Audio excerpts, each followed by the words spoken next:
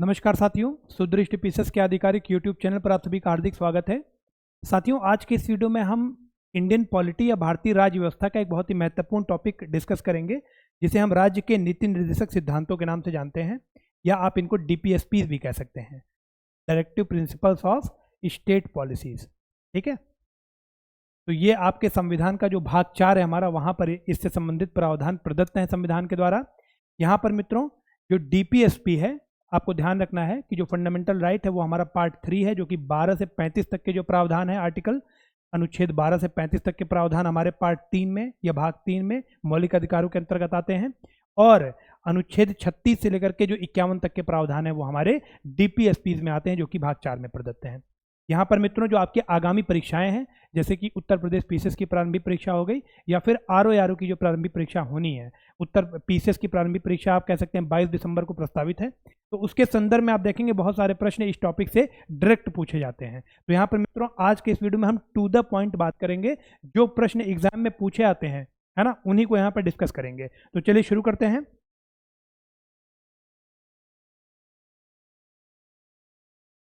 तो मित्रों अगर हम DPSPs की बात करें, directive principles of state policies की बात करें, तो यहाँ पर सबसे इंपॉर्टेंट है कि इसका स्रोत क्या है। तो ध्यान रखना है, जो आयरलैंड का संविधान है उसके अनुच्छेद 45 से DPSPs लिए गए हैं। ठीक है, आयरलैंड के संविधान में ये कहाँ से लिए गए थे? तो ये आपके स्पेन के संविधान से लिए गए थे। आपको पता है Indian constitution bag of borrowings भी कहा जाता है। तो विभिन्न प्रावधान है वो कहीं ना कहीं से बोरो किए गए हैं। तो भारतीय संविधान में ये आयरलैंड के संविधान से लिए गए हैं। यहाँ पर मित्रों अगर संवैधानिक प्रावधान की बात करें, मैंने आपको बता दिया कि जो भाग 4 है अनुच्छेद 36 से 51 तक के जो प्रावधान है वो हमारे DPSPs के अंतर्गत आते हैं। अब अनुच्छेद आप देखेंगे जो पार्ट 3 है हमारा, उसमें एक अनुच्छेद है अनुच्छेद 12, वहाँ पर स्टेट वर्ड जो है, जो राज्य शब्द है, उसको परिभाषित किया गया है। उसी तरह यहाँ भाग 4 में जहाँ पर भी राज्य शब्द का प्रयोग हुआ है उसकी परिभाषा अनुच्छेद 36 में लिखी गई है।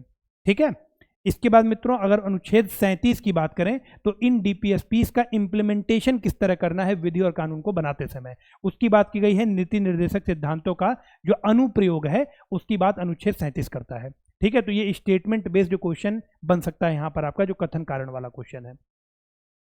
अगर उद्देश्य की बात करें तो DPSPs को संविधान में डालने का उद्देश्य क्या था? जो संविधान निर्माता थे हमारे कॉन्स्टिट्यूएंट असेंबली के, तो यहाँ पर मित्रों जो DPSPs हैं वो सामाजिक और आर्थिक न्याय की बात करते हैं।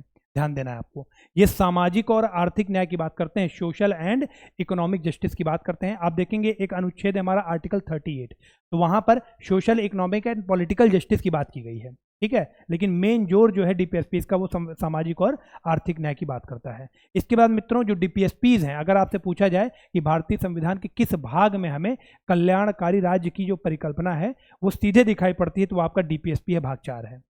ठीक है, हालांकि जितने भी हमारे संविधान में प्रावधान लिखे गए हैं सभी का उद्देश्य है भारत को एक कल्याणकारी राज्य बनाना, एक वेलफेयर स्टेट बनाना, इगैलिटेरियन सोसाइटी प्रमोट करना। लेकिन यहाँ पर मित्रों जो कल्याणकारी राज्य की परिकल्पना है वो सीधे सीधे DPSPs की बात करता है। यहाँ पर मित्रों मोस्ट इंपॉर्टेंट पॉइंट ये है, इसको अभी आपको भूलना नहीं है, कि जो DPSPs हैं उन्हें न्यायालय में जाकर के आप कह सकते हैं इन्फोर्स नहीं कराया जा सकता, मतलब ये कानून द्वारा लागू नहीं किए जा सकते। अगर DPSPs में कोई चीज़ लिखी गई है तो आप कोर्ट में जाकर के ये नहीं कह सकते कि हमें अब ये चीज़ प्रोवाइड कराई जाए राज्य के द्वारा, क्योंकि ये चीज़ हमें नीति निर्देशक सिद्धांतों में दी गई है। इसमें आप एक बहुत ही बेसिक अंतर है, आप सीधे आप ये समझ लो कि जो पार्ट 3 है हमारा, जो पार्ट 3 है मौलिक अधिकार, वो हमारे लिए है, वो हमारे अधिकारों की बात करता है। लेकिन जो भाग 4 है जहाँ पर राज्य के नीति निर्देशक सिद्धांत, आप देखिए यहाँ पर इसका हेडिंग क्या है, राज्य के नीति निर्देशक सिद्धांत, directive principles to the state policy, मतलब संविधान राज्य को निर्देशित कर रहा है इन प्रावधानों के माध्यम से कि आप कोई भी विधि और कानून बनाओगे तो इन बातों का आपको ध्यान रखना है। ठीक है, अब एक एक आर्टिकल में क्या क्या बातें लिखी गई हैं, यहाँ पर एक महत्वपूर्ण बात यह भी आपको ध्यान रखना है कि जो DPSPs हैं, जो नीति के निर्देशक सिद्धांत है हमारे, वो मौलिक अधिकारों के अधीन नहीं है। एक केस आता है आपका चंपाकम दोराई राजन, एक केस था, इसमें आपको बताया गया था कि जो DPSPs हैं ये मौलिक अधिकारों के सब्सिडरी हैं, मतलब वहाँ पर मौलिक अधिकारों को ज़्यादा बड़ा बता दिया गया था DPSPs की तुलना में। लेकिन आपको ध्यान रखना है, बाद में चल कर आगे चल करके सुप्रीम कोर्ट ने मिनर्वा मिल्स केस आप देखेंगे, या फिर केशवानंद भारती जजमेंट भी देखेंगे, जिसको बेसिक स्ट्रक्चर आप कह सकते हैं, जो मूलभूत संरचना संविधान की मूलभूत संरचना की जो परिकल्पना है, वहाँ पर भी ये बात कही गई है कि जो डीपीएसपीज और फंडामेंटल राइट्स हैं ये हैंड इन हैंड चलते हैं, कोई किसी से छोटा बड़ा नहीं है। ठीक है, तो ये बातें आपको ध्यान रखनी है, मौलिक अधिकारों के अधीन नहीं है। अब यहाँ पर आप देखेंगे मित्रों, जो डीपीएसपीज में आर्टिकल्स लिखे गए हैं, कुछ आर्टिकल्स हैं वो समाजवादी सिद्धांतों को फॉलो करते हैं या उनको प्रमोट करते हैं। कुछ आर्टिकल्स आप देखेंगे कि यहाँ पर गांधीयन जो फिलॉसफी है, गांधीवादी सिद्धांत जो है उनको प्रमोट कर रहे हैं, तो उस पर भी प्रश्न अक्सर पूछा जाता है। तो यहाँ पर मित्रों एक टेबल मैंने बना दिया है। यहाँ पर समाजवादी सिद्धांतों से संबंधित जो अनुच्छेद हैं, सबसे पहला आपका है अनुच्छेद 38। अब आपसे पूछा जाए कि सामाजिक, आर्थिक और राजनीतिक न्याय, ये चीज कॉन्स्टिट्यूशन में एक्सप्लिसिटली कहाँ कहाँ पर लिखी गई है, तो एक आपका प्रियम्बल है, प्रस्तावना, जो जस्टिस, सोशल, इकोनॉमिक और पॉलिटिकल ग्राउंड की बात करता है, और एक है आपका डीपीएसपी। यहाँ पर आप देखिए अनुच्छेद 38 में सामाजिक, आर्थिक और राजनीतिक न्याय की बात की गई है। इसके बाद आय, स्थिति, सुविधाओं और अवसरों की समानता की बात की गई है, जो कि एक समाजवादी सिद्धांत है। अनुच्छेद 39 की अगर हम बात करें तो आजीविका के साधन, ठीक है, भौतिक संसाधनों का स्वामित्व और नियंत्रण, मोस्ट इंपॉर्टेंट है, भौतिक संसाधनों का स्वामित्व और नियंत्रण, इसकी बात कहां पर है, अनुच्छेद 39 में है, जो कि एक समाजवादी सिद्धांत है। उसके बाद concentration of wealth in single hand, ये बात भी आपके अनुच्छेद 39 में लिखी। अनुच्छेद 39 ये बहुत ही महत्वपूर्ण आर्टिकल है, और जो इसका आप कह सकते हैं क्रक्स है पूरे आर्टिकल का, वो मैंने 4 पॉइंट में यहां लिख दिया है, इसको आप रट लो, याद कर लो। आजीविका के साधन अनुच्छेद 39, सामान्य भलाई के लिए भौतिक संसाधन का स्वामित्व नियंत्रण 39 में है। कुछ हाथों में धन का जो संकेंद्रण है उसको हमें रोकना है, कंसंट्रेशन ऑफ वेल्थ जो है वो सिंगल हैंड में नहीं होना चाहिए, अनुच्छेद 39 में है।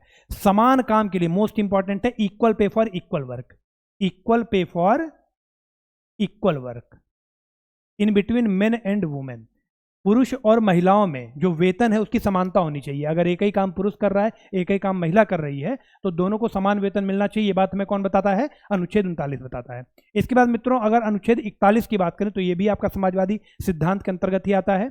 यहाँ पर मित्रों कुछ ग्राउंड्स लिखे गए हैं, इन ग्राउंड्स के आधार पर किसी भी व्यक्ति के साथ काम करने, शिक्षा पाने या सार्वजनिक सहायता पाने का जो अधिकार है वो नहीं छीना जाएगा। ठीक है, ग्राउंड्स क्या है, बेरोजगारी, बुढ़ापे, बीमारी या विकलांगता। अगर कोई व्यक्ति दिव्यांग है और कोई व्यक्ति बहुत हुष्ट पुष्ट या अच्छा है, तो हम ये नहीं कह सकते कि जो सही है, समृद्ध है, उसको हम पहले ये सारे अवसर प्रोवाइड करें और जो दिव्यांग है उसको हम बाद में दें, ऐसा नहीं कह सकते। अनुच्छेद 41, राज्य भी अगर कोई विधि बनाती है तो ऐसा नहीं, ऐसी विधि वो नहीं बनाएगी कि जहां पर दिव्यांग जो है उनके साथ किसी भी प्रकार का भेदभाव या डिस्क्रिमिनेशन हो। ठीक है, तो अनुच्छेद 41 क्या बात करता है, सार्वजनिक सहायता पाने, शिक्षा पाने या काम करने, राइट टू वर्क, काम करने का जो अधिकार है उसकी बात करता है अनुच्छेद 41। उसके बाद मित्रों अनुच्छेद 42 की अगर बात करें तो यहाँ पर काम की न्याय संगत और मानवीय स्थितियां, मतलब अगर कहीं पर कोई काम कर रहा है, सपोज कीजिए कि राज्य कोई कानून बना रहा है, कोयले की खदान हो गई, वहां पर अगर हमारे वर्कर्स काम कर रहे हैं तो वहां पर उनको न्याय संगत और मानवीय स्थितियां हमें प्रोवाइड करनी है। ऐसा नहीं, आप देखेंगे धीरे धीरे बहुत एडवांस होता जा रहा है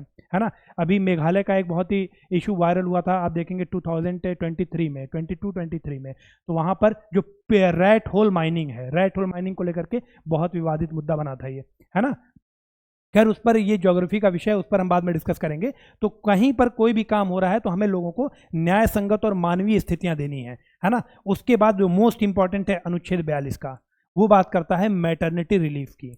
आपको पता है कि कोई भी महिला हो, चाहे वो सरकारी जॉब कर रही हो या फिर वो प्राइवेट जॉब कर रही हो, जो मातृत्व सहायता है, मैटरनिटी रिलीफ है, वो उसका अधिकार है। 180 दिन का जो अवकाश दिया जाता है ना, वो आप कह सकते हैं मातृत्व सहायता है, 180 डेज का, और वो अनुच्छेद 42 में मेंशन है।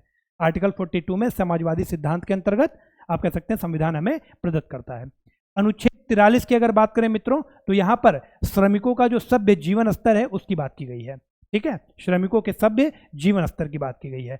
आर्टिकल 43A, ये आपका 42nd जो अमेंडमेंट हुआ था, 42वां संविधान संशोधन अधिनियम हुआ था 1976 में, 1976 में 43A को ऐड किया गया पार्ट 4 में, और यहाँ पर आप कह सकते हैं कि participation of workers in management of industries, जो उद्योगों का प्रबंधन है उसमें जो वर्कर हैं या जो श्रमिक हैं उनका भी पार्टिसिपेशन हो, इसकी बात की गई है। उद्योगों के प्रबंधन में श्रमिकों की भागीदारी।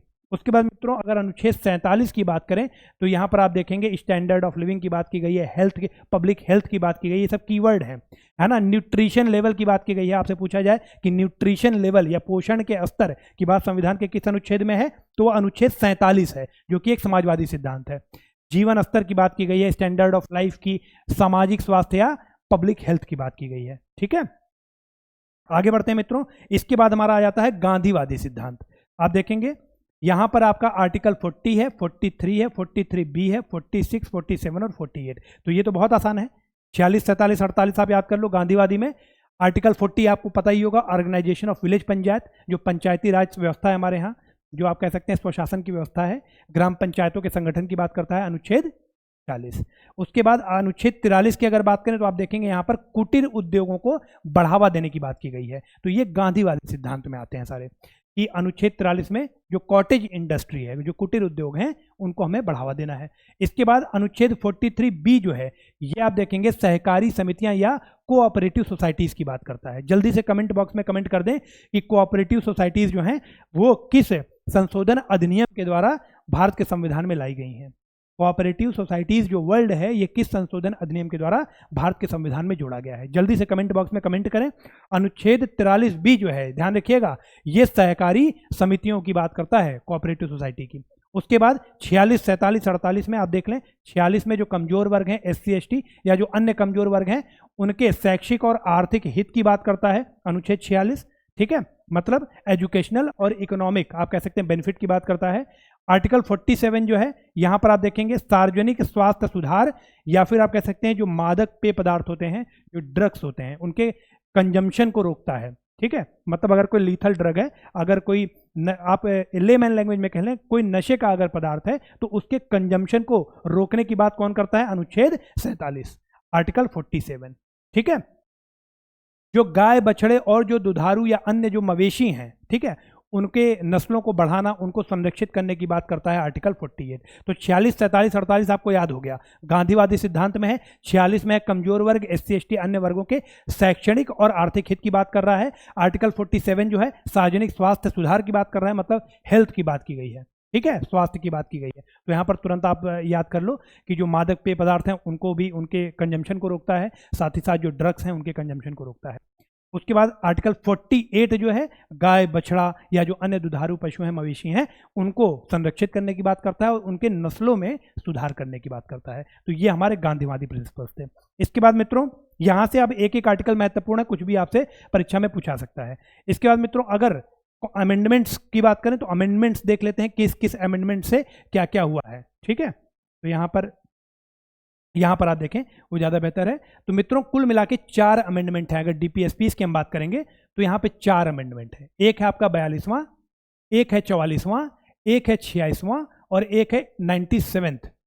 जो 42nd अमेंडमेंट हुआ था उससे आप देखें अनुच्छेद 39 है आपका, यहाँ पर बच्चों के स्वस्थ विकास के अवसर इनकी बात की गई है। जो बच्चों का जो स्वस्थ विकास हो उसके लिए अपॉर्चुनिटी या अवसर प्रोवाइड किया जाए, ये अनुच्छेद 39 में कब जोड़ा गया? तो आप कह सकते हैं 1976 में 42nd अमेंडमेंट के द्वारा। इसके बाद 39A जो है मोस्ट इंपॉर्टेंट है, ध्यान रखिएगा, जो फ्री लीगल एड है, free legal aid, free legal aid मतलब जो मुफ्त कानूनी सहायता है उसकी बात करता है अनुच्छेद 39A, और इसे भी 42nd अमेंडमेंट के द्वारा ही जोड़ा गया था। आर्टिकल 43A मतलब ए वाले आप याद कर लो जितने हैं, एक 39, 39A, 43A, 48A। ठीक है, तो 43A में उद्योगों के प्रबंधन में, अभी मैंने आपको बताया कि श्रमिक जो है उनकी भागीदारी हो, participation of workers in the management of industry, ये आपका 43A में बात बताई गई है। अगर अनुच्छेद 48A की हम बात करें तो यहाँ पर पर्यावरण की बात हो जाएगी। 48 किसके लिए था? 48 एक सामाजिक सिद्धांत के अंतर्गत आता है और वहां पर हम गाय बछड़े और दुधारू पशु या अन्य मवेशी हैं उनके संरक्षण और नस्लों में सुधार की बात करते हैं। 48A क्या करता है? तो ये पर्यावरण की बात करता है, मतलब नेचर से नेचर जुड़ा हुआ है। वहां पर भी हम प्रकृति को एक तरह से बचा रहे हैं, जो हमारे पशु पक्षी हैं ये भी प्रकृति का हिस्सा है। और यहाँ पर 48A ये कोड वर्ड ऐसा याद कर लो कि पर्यावरण की सुरक्षा और सुधार की बात करता है। ठीक है, 44th अमेंडमेंट की अगर बात करें 1978 की, तो यहां पर अनुच्छेद 38 जो है आर्टिकल 38, इसकी जो दूसरी धारा या दूसरा सेक्शन है, वहां पर जो चीजें जोड़ी गई हैं, ऐड की गई हैं, वो क्या है? आर्थिक असमानताओं को कम करना और असमानता की स्थिति और सुविधाएं और अवसर को खत्म करना। मतलब जो इकोनॉमिक इनजस्टिस हो रही है, इकोनॉमिक इनइक्वालिटी है, उसको हमें कुल मिला के मिनिमाइज करना है। ठीक है, तो वो बात कही गई है आर्टिकल 38 की जो धारा 2 है उसमें ये बदलाव किए गए 1978 में। केवल एक ही आर्टिकल में 78 में, आप कह सकते हैं 44वें संविधान संशोधन के द्वारा एक ही अनुच्छेद में ये मॉडिफिकेशन किया गया था कि जो इनकम इनइक्वालिटी है, जो इकोनॉमिक इनइक्वालिटी है, उसको हमें किसी तरह कम करना है। इसके बाद मित्रों 86th अमेंडमेंट आपको देखेंगे बहुत ही महत्वपूर्ण है, एक फंडामेंटल राइट भी जोड़ा गया है, ठीक है, 86th अमेंडमेंट के द्वारा ही आर्टिकल 21A जो शिक्षा का अधिकार है 2002 में आप देखेंगे वहां पे भाग 3 में क्या जोड़ा गया, आर्टिकल 21A, और जो भाग 4 है उसमें आप देखेंगे कि अनुच्छेद 45 का जो विषय वस्तु है उसको बदल दिया गया। मतलब अब जो प्रारंभिक शिक्षा है उसको अनुच्छेद 21A के तहत मौलिक अधिकार बना दिया गया। पहले ये कहां पे था, पहले डीपीएसपी में था, आर्टिकल 45 के में लिखा हुआ था, लेकिन आप देखेंगे कि इस अधिनियम ने यहाँ पर इसकी विषय वस्तु को चेंज किया और जो प्रारंभिक आप कह सकते हैं शिक्षा होती है, एलिमेंट्री एजुकेशन होती है, उसको आर्टिकल 21A के तहत एक मौलिक अधिकार बना दिया गया। तो ये बदलाव हुए 86वें संविधान संशोधन अधिनियम से। इसके बाद 97 अभी मैंने आपसे क्वेश्चन पूछा था कि जो सहकारी समितियां हैं, जो कोऑपरेटिव सोसाइटीज हैं, उनको अनुच्छेद 43B एक अनुच्छेद ऐड किया गया इस संविधान संशोधन से। 97th कॉन्स्टिट्यूशन अमेंडमेंट एक्ट 2011, इसके द्वारा अनुच्छेद 43B जोड़ा गया भाग 4 में, और यहाँ पर सहकारी समितियों के प्रमोशन की बात की गई। ठीक है, तो ये कुछ इंपॉर्टेंट अमेंडमेंट्स थे, कुछ क्या आप कह सकते हैं सारे अमेंडमेंट्स यही हैं जो आपके भाग 4 में अमेंडमेंट हुए हैं, वो ये अमेंडमेंट्स हैं और ये बदलाव हैं। ठीक है, तो एक दो बार इसको आप ध्यान से देख लें, एक बार फिर से रिवाइज करा दे रहा हूँ। आर्टिकल 39 में अमेंडमेंट हुआ है, बच्चों के स्वस्थ विकास के अवसर प्रोवाइड करना। आर्टिकल 39A है, गरीबों को मुफ्त कानूनी सहायता प्रदान करना, फ्री लीगल एड। 39 है मोस्ट इंपॉर्टेंट। उसके बाद अनुच्छेद 43A है, 43A में आप देखेंगे participation of workers in management of industries, ठीक है, उद्यमों के प्रबंधन में श्रमिकों की भागीदारी, जो कि एक सोशलिस्टिक प्रिंसिपल भी है। ठीक है, अनुच्छेद 48A क्या बताता है, 48 आपका दुधारू पशु या जो मिल्क एनिमल्स हैं उनकी बात कर रहा था, संरक्षण और नस्लों में सुधार की। 48A पर्यावरण की बात करेगा। उसके बाद 44वें संविधान संशोधन अधिनियम 1978 में केवल एक आर्टिकल में परिवर्तन हुआ है, धारा 2 में, कि जो आर्थिक असमानता उसको हमें कम करना है। ठीक है, जो इकोनॉमिक इनइक्वालिटी है उसको हमें कम करना है, मतलब इकोनॉमिक इनइक्वालिटी नहीं होनी चाहिए। 86th अमेंडमेंट के द्वारा एजुकेशन से रिलेटेड है 2002 में, तो जो प्रारंभिक शिक्षा है उसको अनुच्छेद 21A के तहत एक मौलिक अधिकार बना दिया गया, इसकी विषय वस्तु को बदल करके। और 97 में आपको पता है कि जो कोऑपरेटिव सोसाइटी है उनको ऐड किया गया है। तो ये कुछ महत्वपूर्ण तथ्य थे जो आपको पता होने चाहिए। एक और आर्टिकल टॉपिक है, इसको भी जल्दी से ये देख लेते हैं, मोस्ट इंपॉर्टेंट है एग्जाम पॉइंट ऑफ व्यू से। तो यहाँ पर मित्रों हम बात करेंगे भाग 21 की। आपको पता है टोटल 22 भाग हैं, तो भाग 21 में 371 से लेकर के 371J तक के प्रावधान लिखे गए हैं। ठीक है, भाग आप देखेंगे 21 में। अब यहाँ पर मित्रों 12 राज्यों के लिए विशेष प्रावधान बनाए गए हैं। मोस्ट इंपॉर्टेंट है, कितने राज्यों के लिए विशेष प्रावधान है, तो 12 राज्यों के लिए विशेष प्रावधान बनाए गए हैं भाग 21 में। यहाँ पर मित्रों किन राज्यों के लिए नहीं है, तो आप देखेंगे जो हमारा नॉर्थ ईस्ट है, नॉर्थ ईस्ट के लगभग सभी राज्यों के लिए प्रावधान है, 2 राज्यों को छोड़कर, एक है मेघालय और एक है त्रिपुरा। इनको विशेष श्रेणी के राज्यों में शामिल नहीं किया गया है। अब यहाँ पर मित्रों आर्टिकल 371 जो है ये महाराष्ट्र गुजरात की बात करता है। 370A1A जो है ये नागालैंड की बात करता है। बी आपका असम की बात करेगा। सी जो है ये मणिपुर की बात करता है। डी आंध्र प्रदेश तेलंगाना की बात कर रहा है। जो ई है वो आंध्र प्रदेश में जो केंद्रीय विश्वविद्यालय हैं उनके स्थापना की बात करता है। जो एफ है ना, लाइन से चल रहा है, ABCDEF, एफ में सिक्किम की बात की गई है। जो जी है यहां पर मिजोरम की बात की गई है। एच में आप देखेंगे अरुणाचल प्रदेश की बात की गई है। आई गोवा और जे आपका है कर्नाटक। तो ये बहुत ही महत्वपूर्ण प्रावधान है जो आपको पता होने चाहिए। ठीक है, जम्मू एंड कश्मीर राज्य को स्पेशल स्टेट का दर्जा दिया गया था आर्टिकल 370 के तहत, लेकिन आप देखेंगे कि 5 अगस्त 2019 आई थिंक यहाँ पर उसमें उसका जो स्पेशल स्टेट का दर्जा था वो खत्म कर दिया गया और जम्मू कश्मीर रीऑर्गेनाइजेशन एक्ट लाया गया और उसमें जम्मू कश्मीर और लद्दाख को 2 यूनियन टेरिटरी में बदल दिया गया। पहले वो एक राज्य था, अब 2 यूनियन टेरिटरी हो गए। ठीक है, मतलब आप कह सकते हैं कि अगर जम्मू एंड कश्मीर वाले मुद्दे की बात करें तो आर्टिकल 370 जो था, है ना, आप देखेंगे 1947 में जो राजा हरि सिंह थे और माउंट बेटन, इनके बीच में जो इंस्ट्रूमेंट ऑफ एसेंशन आप कह सकते हैं एसेंशियल साइन हुआ था, उसमें ये बात कही गई थी कि भारतीय संविधान के जितने भी प्रावधान हैं अनुच्छेद 1 और अनुच्छेद 370 इन दोनों को छोड़ करके बाकी कोई भी प्रावधान संविधान का जम्मू और कश्मीर जो राज्य है उस पर लागू नहीं होगा। तो ये जो पैक्ट साइन हुआ था, है ना, उसके कारण आप देखेंगे कि बहुत सारी अनियमितता वहाँ पर देखी जा रही थी और इसी चीज़ के मद्देनज़र सरकार के द्वारा, भारत सरकार के द्वारा आर्टिकल 370 के थ्रू जो J&K को स्पेशल स्टेटस प्रोवाइडेड था उसको समाप्त कर दिया गया। खैर उस पर हम लोग डिटेल में कभी और बात करेंगे, बहुत सारे उसमें चीज़ें हैं। तो यहाँ पर मित्रों दो टॉपिक आज हम लोगों ने देखा, एक है आपका डीपीएसपी कॉन्स्टिट्यूशन का, जितने भी प्रश्न बन सकते हैं वहाँ से लगभग हम लोगों ने डिस्कस कर लिए, और एक है आपका ये भाग 21, ये छोटा सा पार्ट था, इसमें कुछ था नहीं, ये आपको याद करना है बस कि ABCD ये कई बार मैच दी फॉलोइंग के रूप में परीक्षा में पहले पूछा गया है कि A में आपका नागालैंड है, B में असम है, C में मणिपुर, D में आंध्र प्रदेश, D और E दोनों में ही आंध्र प्रदेश की बात की गई है। यहाँ पर केंद्रीय विश्वविद्यालयों की स्थापना है, F में सिक्किम, G में मिजोरम, H में अरुणाचल प्रदेश, I में गोवा और J में कर्नाटक। तो ये लाइन से आप इसको रट लो कैसे भी, है ना, क्योंकि मैच दी फॉलोइंग में ये पहले भी एक बार परीक्षा में पूछा चुका है। ओके फ्रेंड, तो थैंक यू सो मच।